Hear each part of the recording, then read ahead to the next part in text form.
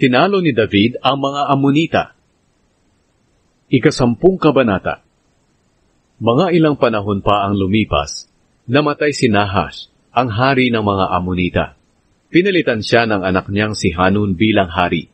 Sinabi ni David, "Magpapakita ako ng kabutihan kay Hanun, dahil naging mabuti ang kanyang ama sa akin." Kaya nagpadala si David ng mga opisyal para ipakita ang pakikiramay niya kay Hanun sa pagkamatay ng ama nito.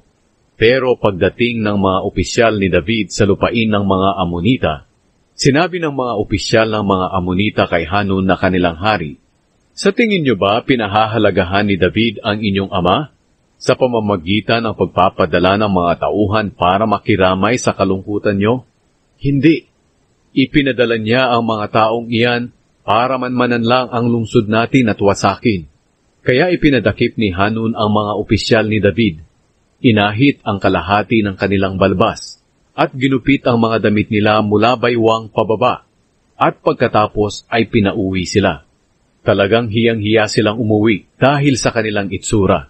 At nang mabalitaan ni David ang nangyari, nagsugo siya ng mga mensahero para sabihin sa mga opisyal niya na manatili muna sila sa Jericho hanggang sa tumubo na ang mga balbas nila.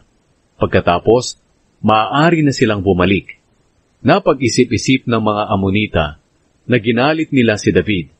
Kaya umupa sila ng 20,000 sundalong Arameo mula sa Bet-Rehob at Soba, 1,000 sundalo mula sa hari ng Maaka, at 12,000 sundalo mula sa Tob. Nang marinig ito ni David, ipinadala niya si Joab at ang lahat ng sundalo niya sa pakikipaglaban. Pumwesto ang mga Amonita sa bungad ng kanilang lungsod, habang ang mga Arameo naman na galing sa Rehob at Zoba at ang mga sundalong galing sa Tob at Maaka ay naroon sa kapatagan.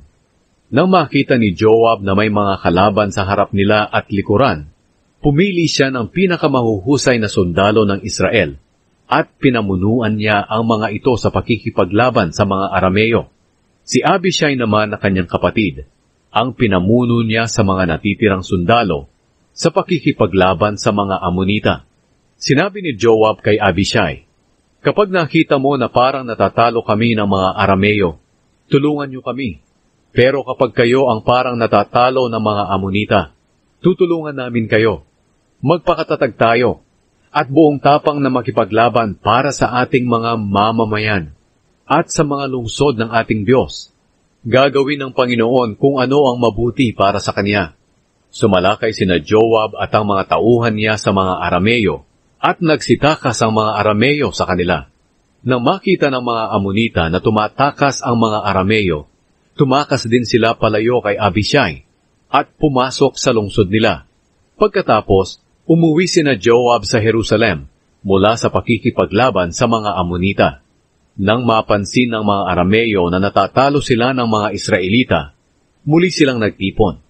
Tinulungan sila ng ibang mga Arameo na ipinatawag ni Hadadezer mula sa kabila ng ilog ng Euphrates.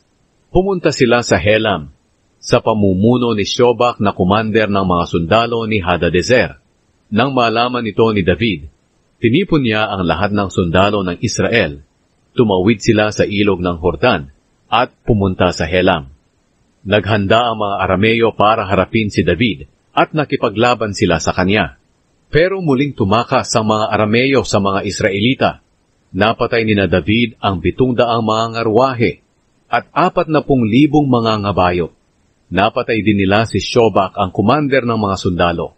Nang makita ng mga haring kaanib ng mga Arameo na sakop ni Hadadezer na natalo sila ng mga Israelita, nakipagkasundo sila sa mga Israelita at nagpasakop sa kanila.